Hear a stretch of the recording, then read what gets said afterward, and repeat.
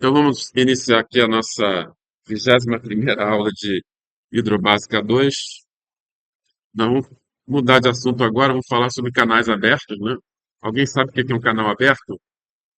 Não é canal de dente, não. Aqui, não tem nada a ver.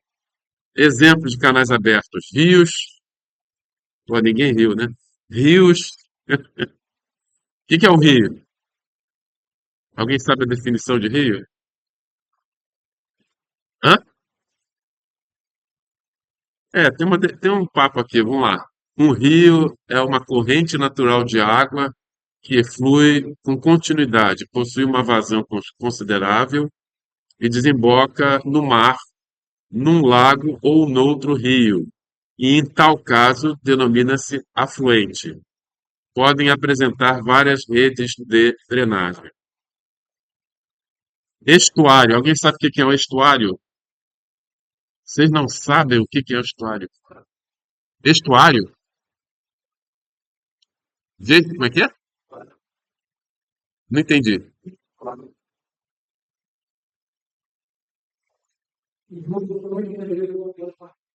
Ah, é? Então o que é um estuário? O que é um estuário?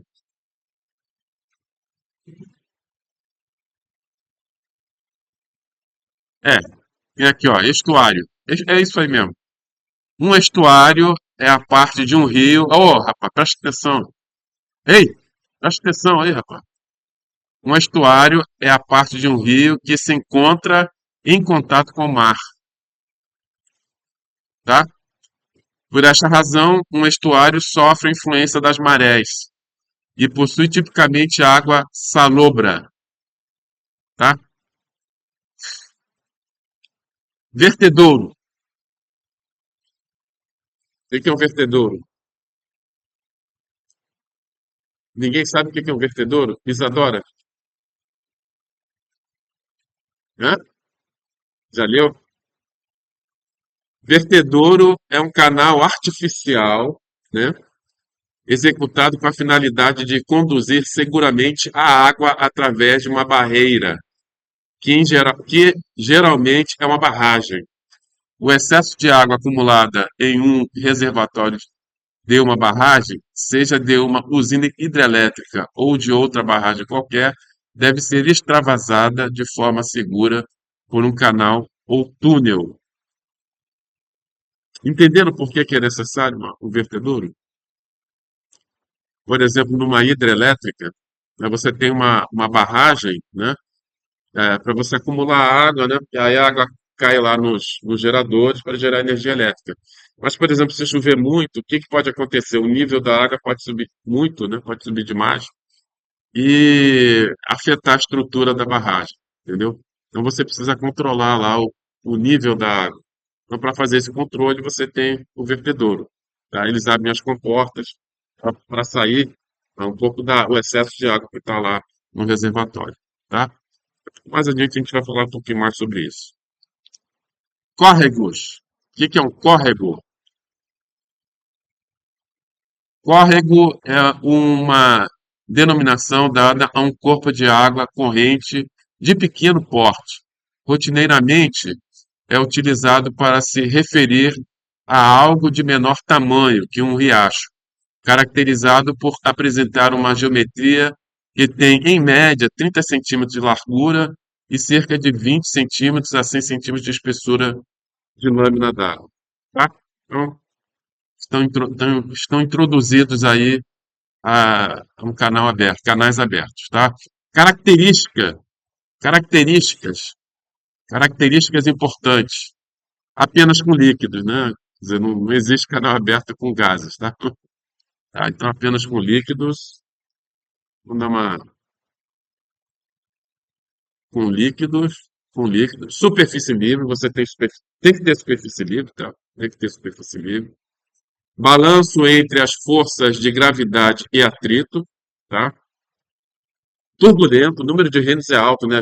A dimensão em geral é muito grande, né? E, portanto, o número de renos é alto, né? O número de renos é alto, portanto, escoamento turbulento, tridimensional, é tridimensional, tá? Não permanente e complexo. tá? Ok. Aproximação unidimensional, tá? É, um canal aberto sempre tem duas laterais e um fundo, onde o escoamento satisfaz a condição de não escorregamento.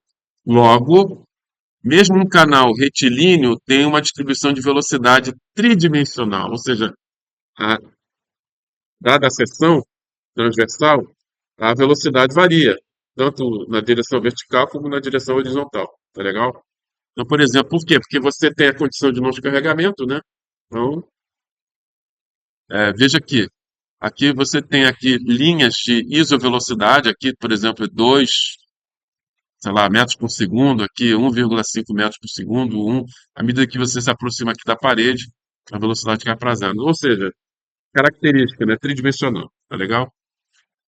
Mas o que o pessoal faz na engenharia, a abordagem prática de engenharia é fazer uma aproximação de escoamento unidimensional, tá? É o que nós vamos fazer aqui, tá?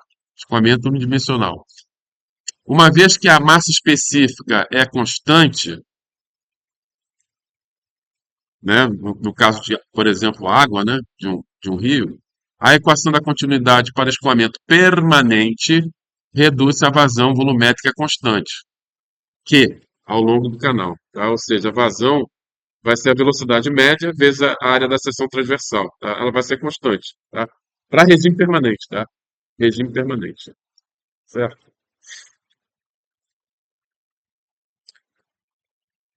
A equação da energia, incluindo as perdas por atrito aplicada entre os pontos 1 e 2 sobre a superfície livre, é mostrada abaixo, onde P1 e P2 é igual à pressão atmosférica. Então, isso aqui é a equação da energia, né?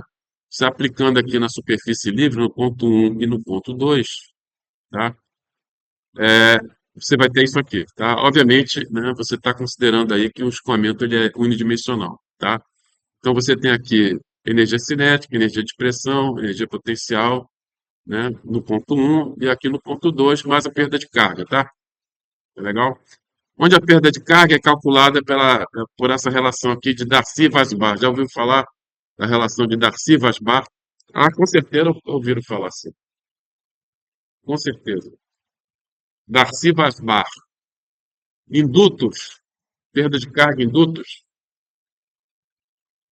Vocês com certeza estudaram isso em Hidrobásica 1. Não? Diâmetro hidráulico, raio hidráulico. Não? Pois é. Não ouviram falar assim, tá? Ah, ok. Aqui você tem aqui essa perda de carga na fórmula de Darcy-Weisbach. Ela é dada em termos do F, né? Que é, flix, que é fator de atrito, desculpa, fator de atrito. O F é o fator de atrito. O DH aqui, ó,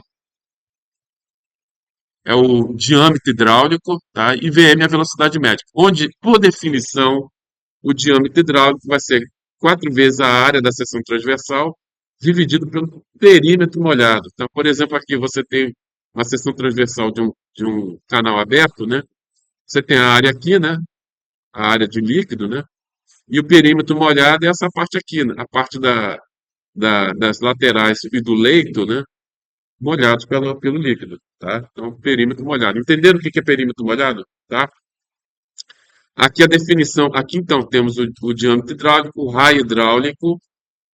Era de se esperar que o raio hidráulico fosse metade do diâmetro hidráulico, né? Mas como saiu uma definição, o pessoal definiu desse jeito, tá? E quem definiu o diâmetro hidráulico aparentemente não conversou com quem definiu o raio hidráulico, né? Então veja que o raio hidráulico aqui vai ser simplesmente a área dividida pelo perímetro molhado. E RDH, que é o número de Reynolds, tendo como escala de comprimento o diâmetro hidráulico, vai ser igual à velocidade média do escoamento vezes o diâmetro hidráulico dividido pela viscosidade cinemática. Em geral, maior que 10 a quinta. Então, altamente turbulento, tá? Altamente turbulento. Para escoamento uniforme, como é que a gente tem escoamento uniforme? Quando a declividade é constante, a seção transversal é constante, você tem um escoamento totalmente desenvolvido. A gente chama de escoamento uniforme. Para escoamento uniforme, você aplicando a equação de energia entre o ponto 1 e o ponto 2, tá? O que vai acontecer? P1 vai ser igual a P2, dá para você cortar. E a velocidade V1 vai ser igual à velocidade V2 também, tá? Se a seção transversal é constante, né? Se a declividade é constante e a seção transversal é constante, né? Então a velocidade vai ser a mesma, por conservação de massa, tá? Então dá para cortar a velocidade. Então vai sobrar simplesmente que a perda de carga vai ser igual a Z1 menos Z2, né? Que é a coordenada Z do ponto 1 e a coordenada Z no ponto 2, né? A coordenada Z é a coordenada vertical, tá? Ou simplesmente S0 vezes L, onde S0 é a declividade, né, da rampa aqui, né, que é tangente de θ é esse ângulo aqui, tá? E L é a distância horizontal entre o ponto 1 e o ponto 2, tá? Então, a perda de carga vai ser igual a Z1 menos Z2, que vai ser igual a S0 vezes L. Beleza? Tranquilo? Todos enxergaram que tangente de θ, aqui pela figura, vai ser o quê? Tangente de θ. Pegando esse triângulo aqui, ó, esse triângulo retângulo aqui, ó, vai ser o quê? Z1 menos Z2, né? Z1 menos Z2, não é isso? Dividido por L, né? Tá? Ou seja, Z1 menos Z2 vai ser igual a L tangente de θ. Tá? Beleza? Agora, de acordo com essa relação de Darcy-Weisbach, né, nós temos a perda de carga dada em termos da, fator de atrito, esqueço, não. Fator de atrito, vezes L, dividido pelo diâmetro hidráulico, vezes a velocidade média ao quadrado, dividido por 2G, onde o DH, o diâmetro hidráulico, é 4A sobre perímetro molhado. Tá? Então você pode combinar lá a equação da energia com a equação de Darcy-Weisbach, né? Combinando as duas, né? A relação de Darcy-Weisbach com a equação da energia, você pode chegar a uma equaçãozinha que te dá a velocidade do escoamento, tá? Velocidade de escoamento dada em termos da declividade do- da rampa, né? Raio hidráulico e aqui o fator de atrito, tá? Beleza? Na próxima aula a gente vai brincar. Aliás, nessa aula a gente já vai fazer um exercício sobre isso aí, tá? Classificação do escoamento para a variação da profundidade. Se a declividade do canal ou a seção transversal variarem, né? Ou se houver uma obstrução no escoamento, a profundidade irá se alterar. E disse que o escoamento é variado, entendeu? Ou seja, ali atrás nós vimos o quê? Declividade constante e seção transversal constante, portanto, a profundidade constante, você tem um escoamento uniforme, tá? Se você não tem nem profundidade, nem declividade constante, nem seção transversal constante, né? Ou você tem uma obstrução, você vai ter um escoamento variado. Ele pode ser gradualmente variado. Aqui, por exemplo, você tem um reservatório, né? E você tem aqui um escoamento. Aqui inicialmente você vai ter um escoamento rapidamente variado, que depois vai virar um escoamento gradualmente variado, depois vai virar escoamento uniforme, né? Quando ele regime, como é que é o negócio? Totalmente desenvolvido. Quando ele ficar totalmente desenvolvido, você vai ter o escoamento uniforme. Mas inicialmente, você vai ter o reservatório aqui, o escoamento inicialmente vai ser rapidamente variado e aqui gradualmente variado, tá? E depois ele vai ser escoamento uniforme. O escoamento é gradualmente variado se a aproximação unidimensional for válida, tá? E rapidamente variado em caso contrário. Ou seja, no gradualmente variado, você ainda pode você assumir que o escoamento é unidimensional é uma aproximação boa você consegue bons resultados. Mas rapidamente variado não tem jeito, tá? Rapidamente variado não dá para você assumir que o escoamento é unidimensional, tá? E aí você tem que resolver isso aí utilizando a via Stokes, ou experimentalmente, né? Ou utilizando a via Stokes. Escoamento uniforme, profundidade e declividade constante. Escoamento variado, gradualmente variado, unidimensional, a hipótese unidimensional é válida, e rapidamente variável, é, ele é multidimensional, né? E não dá para você assumir que o escoamento é unidimensional, tá? Então, como é que você resolve isso? Utilizando ou teoria potencial, na verdade, o White diz aqui teoria potencial, mas eu diria Navier-Stokes, né? Uma vez que você está considerando efeito viscoso. Então, ou você resolve, no caso de rapidamente variável, experimentalmente, ou utilizando teoria potencial, ou no caso, Navier-Stokes, que seria o mais indicado. Classificação de escoamento pelo número de fluid. Uma segunda classificação muito interessante baseia-se no número de fluid, que para um canal retangular ou para um canal de largura muito grande, assume a forma número de fluid igual à velocidade, né, que é a velocidade média, dividido pela raiz quadrada de GY. Lembram dessa raiz quadrada de GY? Aquela velocidade crítica que nós vimos lá em ondas regulares em águas rasas, você lembra disso? Tá? É a velocidade de uma onda superficial em águas rasas. O denominador é a velocidade de uma onda superficial infinitesimal em corpos d'água rasas, onde y é a profundidade da água. Os três resíduos de escoamento são possíveis, são. Se o número de fluid é menor que um, a gente diz que o escoamento é subcrítico. Tá? Se o número de fluid é igual a um, você tem escoamento crítico. E se o número de fluid é maior que um, você tem escoamento supercrítico. Bom, vamos desenvolver aqui uma equação que permite você calcular a velocidade de uma asa com altura finita, de uma asa não, de um escoamento num canal, né? Num canal em águas rasas, isso que eu queria falar, em águas rasas, tá? Então vamos lá, vamos aplicar esse nosso. Nós temos aqui uma ondinha de superfície, tá? Se deslocando da direita para a esquerda, tá? Uma ondinha de superfície deslocando da direita para a esquerda. Então ela está se deslocando.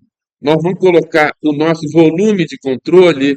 O nosso volume de controle ele vai acompanhar essa onda, tá? Então está aqui o nosso volume de controle aqui, ó. Tá vendo aqui, ó? Volume de controle.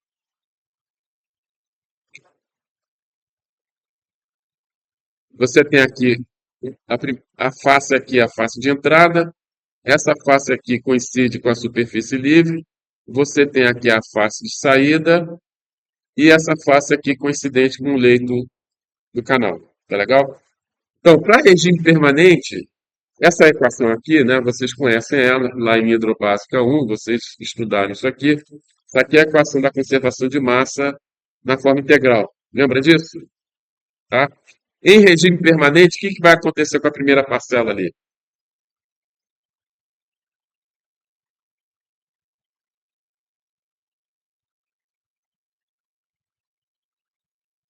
Isadora, em regime permanente. Hã? Não entendi. Isso aqui é igual a zero, né? Constante igual a zero, é isso que você quer dizer? Tá? É derivada temporal. O que representa essa integral de volume aqui? O que representa essa integral de volume aqui?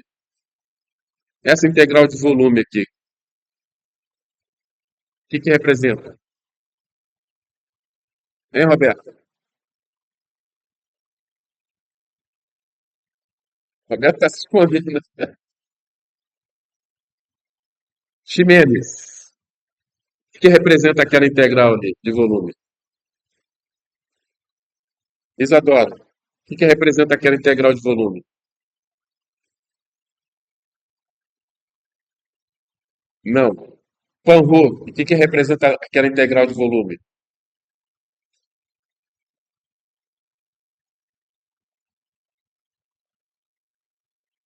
Não. Bispo Oliveira, o que representa aquela integral de volume ali? A massa. Pelo amor de Deus. Olha, esse cara aqui tirou a maior nota em métodos matemáticos, hein? Parabéns, profissional aí, parabéns.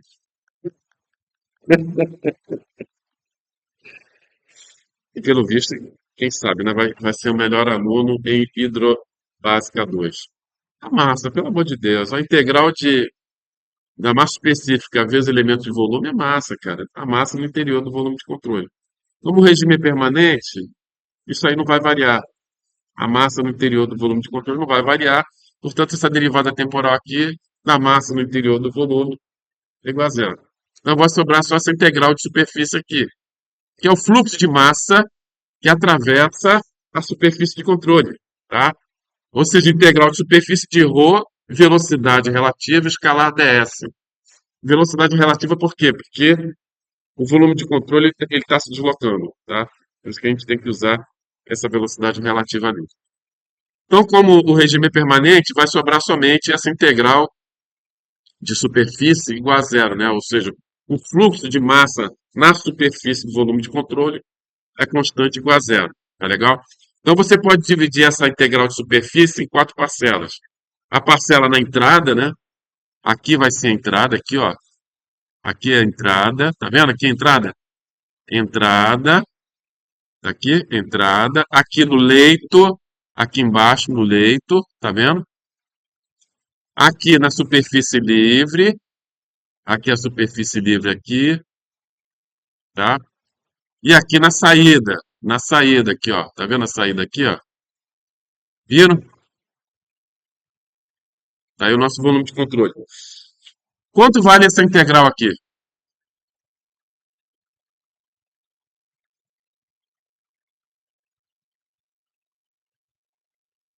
Zero. Por quê? É no leito ali, né? Tá? Qual é a velocidade de escoamento ali no leito? Zero, né? Condição de não escorregamento. Tá legal? Então isso aqui vai ser zero. E essa aqui? Na superfície de controle? Na, super... na superfície livre, meu Deus do céu. Na superfície livre. Quanto vale aquela integral ali?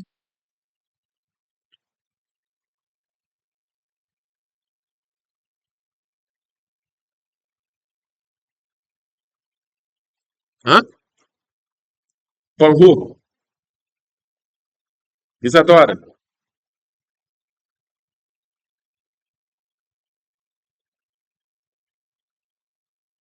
Ligeiro? É ligeiro. Velocidade o quê? Não. Ximenes. Não tá enxergando? Isso é desculpa esfarrapada, hein? Roberta? Hã? Quanto vale aquela terceira integral de superfície aqui? Essa aqui, ó. Quanto vale? Quanto é que... Hã? Hã? Vale um? Pô, o valor dessa integral de superfície ali, na superfície livre, quanto vale? Vale zero, pelo amor de Deus, pô. Zero. Por quê? Não tem nada ao quadrado, não. Ali é V escalar ds. V escalar ds. O que acontece? O vetor ds é o que que é? O vetor ds é o vetor área, ele é perpendicular à superfície livre. E o vetor velocidade é tangente. Logo, V escalar ds é zero. Como é que vocês passaram em hidrobásica 1, hein? Então, vai sobrar só essa integral aqui na entrada e essa integral aqui na saída. Tá legal? Então, tá aqui. Agora, na entrada, é, a gente está considerando escoamento unidimensional, tá? Ou seja, a velocidade é constante. Vamos assumir que a velocidade é constante na seção transversal, tá? Então, a velocidade relativa, quanto é que vale a velocidade relativa? Hein? Olha, C. é a velocidade de propagação da onda. Tá? A onda está se propagando com velocidade c. O nosso volume de controle ele está acompanhando a onda, então ele está se deslocando. Logo, a velocidade VR é a velocidade com que a onda está se deslocando, tá? A velocidade relativa ali. Então vai ser CI. CI chapéu porque é na direção X, tá? E o vetor DS. Quem é o vetor DS? Aqui na entrada. Quem é o vetor DS? É uma área elementar, né? É uma área elementar que vai ser igual aqui a menos. Por que menos? Porque o vetor DS ele é perpendicular e apontando para fora, tá? Então vai ser vetor DS vai ser igual a menos B, onde B é a dimensão perpendicular à transparência, vezes DZ, tá? Vezes DZ. Essa alturazinha aqui é DZ, tá legal? Então vai ficar, então, essa integral aqui de superfície, de ρ VR escalar ds, vai ficar menos. Por que menos? Por causa daqui. VR escalar ds vai ser igual a menos CB dz. Tá? Então eu coloquei aqui menos integral de 0 a y, onde y é a profundidade da lâmina d'água aqui na entrada, ρ CB dz. Tá? Agora na saída, essa integral aqui de superfície na saída. Integral de 0 a y mais ΔY, onde ΔY é essa altura aqui, ó, ΔY, tá? É a altura da onda, tá? É, de V escalar ds, né? Só que a velocidade aqui, na verdade, como você tem um aumento de área na saída, o que vai acontecer com a velocidade na saída? Ela vai aumentar ou diminuir? Hã? Se aumentar a área. Porque a área na entrada era y. Na saída vai ser y mais ΔY. A velocidade vai diminuir de um valor ΔV, tá? Então a velocidade na saída vai ser igual a c menos ΔV, tá?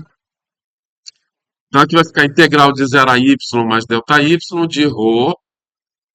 Aí no caso aqui, ó, o vetor ds aponta para cá e o vetor velocidade relativa vai ser igual a c menos ΔV, c menos ΔVI, e o vetor ds vai ser igual a b dz, logo escalar v escalar ds vai ser igual a b c menos ΔV dz, tá? Então vai ficar integral de 0 a y mais ΔY de ρ c menos ΔV b dz igual a zero. Beleza? Beleza, Bispo Oliveira? A integrar isso aqui é fácil, né? Porque isso aqui é constante, dá para jogar para fora do símbolo de integral. Dá para jogar tudo isso aqui também para fora do símbolo de integral, né? Então, integral de dz vai dar z, né? Integral de, então, vai ficar aqui o seguinte, vai ficar, essa integral aqui vai dar menos ρ cb z, na fronteira, né? 0 y, mais ρ c menos ΔV, bz, na fronteira 0 y mais ΔY igual a zero. Substituindo os valores, você vai chegar a isso aqui.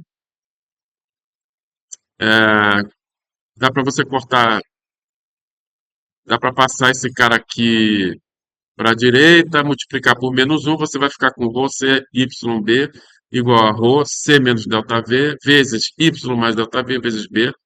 Dá para cortar o b, dá para cortar o ρ. Então, dá para você resolver para ΔV, né? Dá para você resolver para ΔV. Então, ΔV vai ser igual a c ΔY dividido por y mais ΔY. Quem é ΔV mesmo, hein? A redução de velocidade na saída. Redução. E a velocidade vai ser c menos ΔV. Tá? Então, ΔV é a redução de velocidade lá na saída, porque você aumentou a área de ΔY, né? Você aumentou a área de B ΔY, digamos, né? Você aumentou a área de B ΔY, Então você tem que diminuir a velocidade, a diminuição vai ser ΔV, a redução de velocidade. Vamos aplicar a equação da quantidade de movimento. Está aqui a equação da quantidade de movimento na forma integral, tá? Só que para isso, vamos desprezar o atrito lá no fundo, tá? Considerando nosso volume de controle tem um comprimento pequenininho, tá? Dá para desprezar o efeito de atrito, tá? Por que que faz isso? Para simplificar a equação, tá? Vamos desprezar aqui o efeito de atrito, senão a coisa vai crescer muito aqui, tá? Então, para pequeno comprimento aqui do nosso volume de controle, vamos desprezar aqui o atrito, tá? O atrito no fundo, tá? Então vai sobrar isso aqui. Equação da quantidade de movimento na forma integral, tá? Aplicada a um volume de controle que está se movendo, né? Isso aqui, obviamente, o que representa essa integral aqui?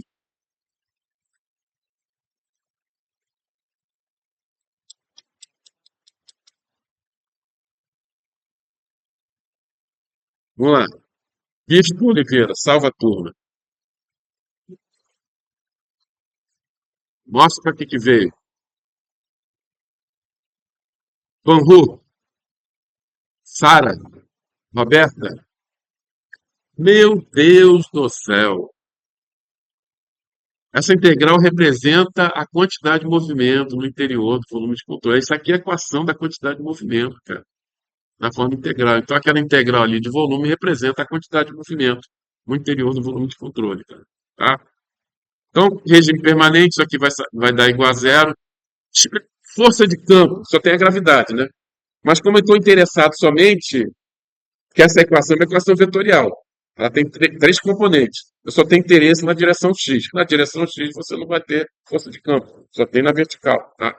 Então esse cara aqui vai desaparecer. Então vai sobrar o quê? Aqui no lugar da velocidade v aqui, ó, né? V tem três componentes. Como eu só quero a equação da quantidade de movimento na direção x, vai aparecer somente a velocidade u, que é a componente de velocidade na direção x, tá? V escalar ds, e do lado direito vai sobrar somente o termo de pressão, né? Que somente a pressão vai contribuir na direção x. Então vai ficar menos integral de superfície de PdSx, tá? PdSx, tá? Onde o dsx, obviamente, né, vai ser igual a BdZ, né? BdZ, tá? BdZ, tá certo? É um elemento de áreazinho aqui, ó, elemento de área, de altura dz, e dimensão perpendicular à transparência igual a B. Então, o elemento de área vai ser igual a BdZ. Tá?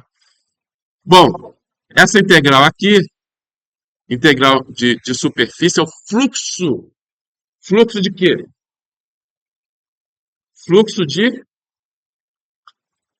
quantidade de movimento que atravessa a superfície de controle. Tá? Fluxo de quantidade de movimento que atravessa a superfície de controle. Então, a gente vai abrir em quatro parcelas. Entrada, superfície livre, saída e leito. Tá aqui, ó. Entrada, leito, superfície livre, saída. E essa aqui também, ó. Essa integral de pressão aqui, ó. Entrada, leito, superfície livre e saída. Essa integral aqui é igual a zero. Por quê? Porque V é igual a zero. U igual a zero. U igual a zero no leito, né? Então, isso aqui vai ser igual a zero. Esse aqui é igual a zero na superfície livre, por quê?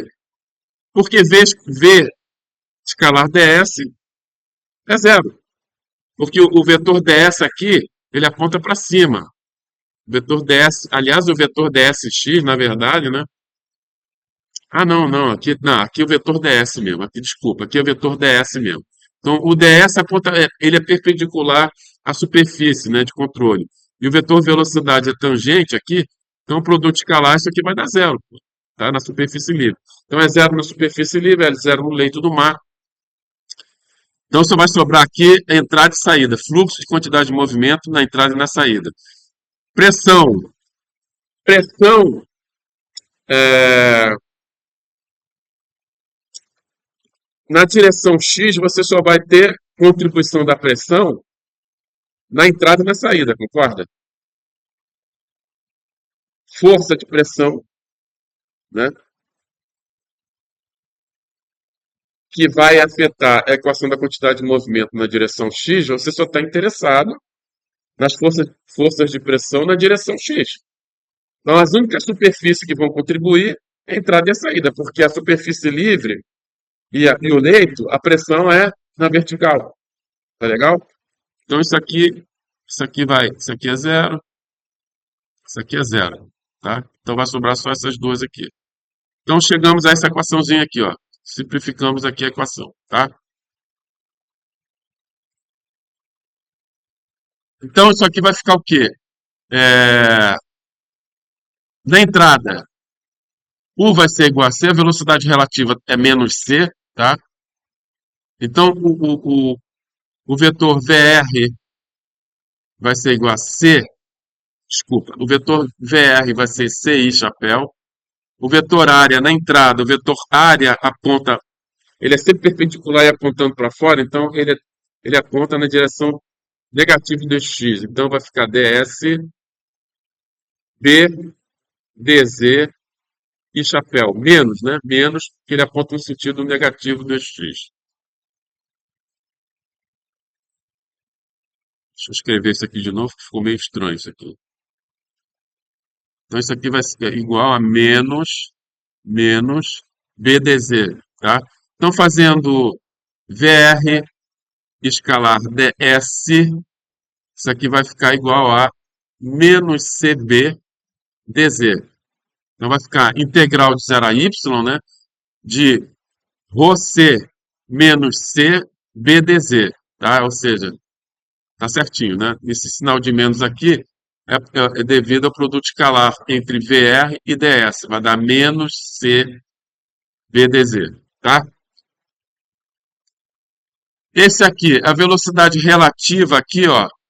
A velocidade relativa aqui, a velocidade relativa vai ser igual a quê? Vai ser igual a c menos ΔV na direção positiva do eixo x e o vetor área também. O vetor área vai ser igual a B, vetor área vai ser igual a BDZ e chapéu. Fazendo um produto escalar, VR escalar DS na fronteira de saída, isso aqui vai dar C menos ΔV BDZ. Então vai ficar integral de 0 a y mais ΔY de ρC, C menos ΔV, BDZ, tá? Aqui no lado direito, na entrada, pressão, integral de pressão, tá? Isso aqui é a pressão hidrostática, tá vendo aqui, ó, a pressão hidrostática? Isso aqui é a pressão hidrostática, é o rho de H, tá? Isso aqui é o rho de H, tá legal? É, ou seja, a pressão hidrostática na entrada, a pressão total aqui, ó, a pressão total aqui na entrada vai ser igual à pressão atmosférica, mais ρ G Y menos Z. Onde o eixo Z, a origem dele está aqui no leito. Eu coloquei ele localizado aqui no leito, tá? E Y é a profundidade da lâmina d'água, tá? Então a pressão num ponto qualquer vai ser igual à pressão atmosférica mais ρGZ Y menos Z, tá? Agora, e aqui na saída, como é que vai ficar a pressão? A pressão vai ser a mesma coisa, né? A pressão vai ser igual, a mesma coisa. Vai ser igual a P0 mais ρ G Y menos Z.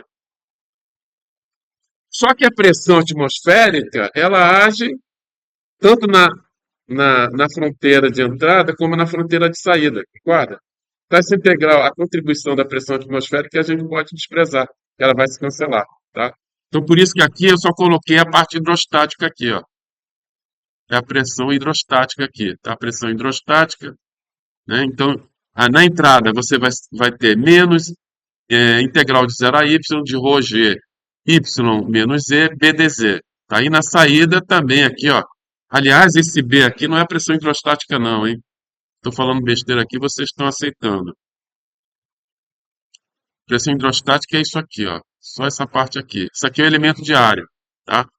Aqui também é pressão hidrostática, vezes elemento de área, integral de 0 na saída, a y mais ΔY, tá? Então, fazendo integral, você vai chegar a esse resultado aqui, né? A integral de... Isso aqui é constante, a gente pode jogar para fora do símbolo de integral. Vamos jogar aqui para fora. Isso tudo aqui também é constante. A gente está considerando escoamento unidimensional. A gente pode jogar aqui para fora. Vai sobrar integral de dz, de 0 a y na entrada e de 0 a y mais ΔY na saída, tá? E aí vai dar isso aqui, menos rho CBCZ na fronteira, 0 y no leito na superfície livre, mais rho CB, C menos ΔV, Z na fronteira, avaliado na fronteira, em Z igual a 0 e Z igual a Y mais ΔY. Aqui do lado direito, aqui, integral, isso aqui você pode jogar para fora do símbolo de integral, vai sobrar integral de y menos z dz. Integral de y menos z dz vai dar isso aqui, ó. Aqui também, integral de y menos z dz vai dar isso aqui, ó. A mesma coisa. Só que aqui é avaliado na entrada, 0y, né? E aqui avaliado na saída. Vai de 0 até y mais ΔY, tá? E aí, substituindo os valores na fronteira, você vai chegar a essa equação aqui, tá? Agora, para chegar a essa equação aqui, que está lá no White, o White deve ter jogado esse cara aqui fora, tá? Ele deve ter, para simplificar a análise, né? Ele deve ter desprezado o ΔY em relação ao Y ali, tá? No fluxo de quantidade de movimento. Para você chegar a esse resultado aqui. Esse resultado aqui está lá no White, tá? Ele não mostra essa dedução toda. Eu estou mostrando para vocês que vocês têm a obrigação de saber, teoricamente, né? Mas estou vendo que não sabem, tá? Por isso que eu estou repetindo aqui. Mas para chegar a esse resultado aqui do White, né? Você tem que jogar fora esse ΔYzinho pequenininho aqui, tá? E aí você vai chegar a esse resultado. E aí, portanto, você pode avaliar, você pode cortar esse C com esse C aqui. Então vai ficar C ΔV vai ser igual a G 1 mais ΔY sobre 2Y ΔY, tá? Essa equação aqui você obteve da equação da quantidade de movimento na direção x, tá? Então, essa aqui, combinando as duas equações agora, essa equação foi obtida da equação da conservação de massa na forma integral, né? Que nós aplicamos anteriormente. E aqui, isso aqui veio da equação integral da quantidade de movimento aplicada levando em consideração só a componente na direção x. Combinando essas duas equações, nós chegamos a essa equação muito interessante que te dá a velocidade da onda em função de y e ΔY, em função da altura da onda e da profundidade da lâmina d'água, tá? Então observe que dessa equação aqui, tá? Você vê que quanto maior a altura da onda, maior a velocidade, tá? Quanto maior a altura da onda, maior a velocidade. Tá vendo? Mas no caso de você ter uma onda infinitesimal, ou seja, ΔY tendendo a zero, ΔY pequenininho, né? Você chega a esse resultado aqui que nós conhecemos, né? Lembra dessa velocidade aí? Velocidade de fase em águas rasas, tá? Onde você tinha a declividade pequena da onda, né? Ou seja, ΔY bem pequenininho. Nós chegamos a esse resultado aí que nós chamamos de velocidade crítica. Então, é um caso particular aqui desse resultado aqui. Só que esse resultado aqui, ele pode ser aplicado para ondas com altura finita, tá? Altura finita. Legal? Não somente para ondas infinitesimais, mas também para ondas finitas. E aí nós observamos que a velocidade da onda aumenta com a velocidade da altura da onda, tá? Beleza, pessoal?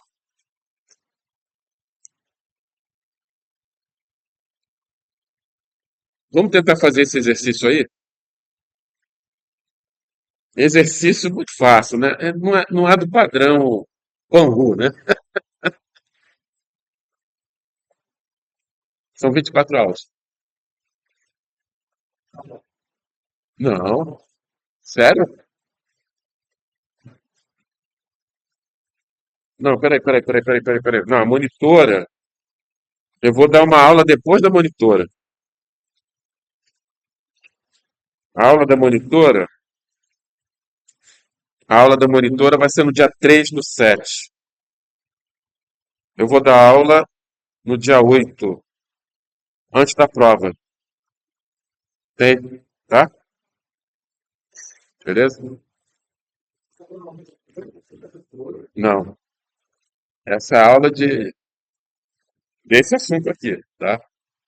Então, essa questão aqui é muito fácil. Panru vai ficar chateado. Tá? Não vou. É muito elementar, né, Panru? Essa aqui, né? É muito elementar. Então, o canal trapezoidal da figura é feito de alvenaria e tem declividade 1/500. Determine a vazão e a velocidade se a profundidade normal for de 80 centímetros. Então, aqui você tem as fórmulas de Chese, que nós veremos na próxima aula. Tá? Nada mais é do que aquela fórmula que nós obtivemos anteriormente, né? Só que aquele coeficiente, né, em função do fator de atrito, aquele é dado em termos de esse parâmetro de rugosidade N, sugerido por Manning, tá? Sugerido por Manning. Então aqui você tem esse parâmetro de rugosidade aqui, ó, em função do material que é feito do canal, tá legal? Essa vai ter uma questão dessa aqui na prova, tá? Então familiarizem-se com essa tabela de Manning, tá? E com a fórmula de Chese, tá legal?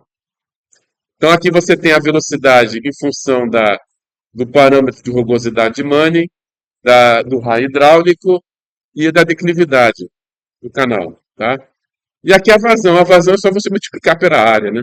Se você multiplicar a velocidade pela área, você tem a vazão. Então ele pede para você, o que que ele pede? Determine a vazão e a velocidade se a profundidade é de 80 centímetros, tá? Beleza? Então, tentem fazer aí essa questão aí, tentem fazer. Provavelmente eu devo discutir essa questão na próxima aula, tá? Eu vou discutir essa questão na próxima aula. Mas vamos tentar fazer, que está muito cedo para liberar vocês, tá? Não, que isso.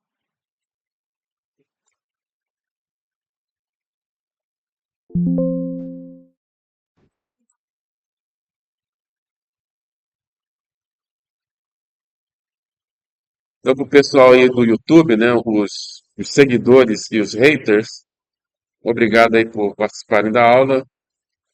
Nos vemos na sexta-feira. Um abraço aí.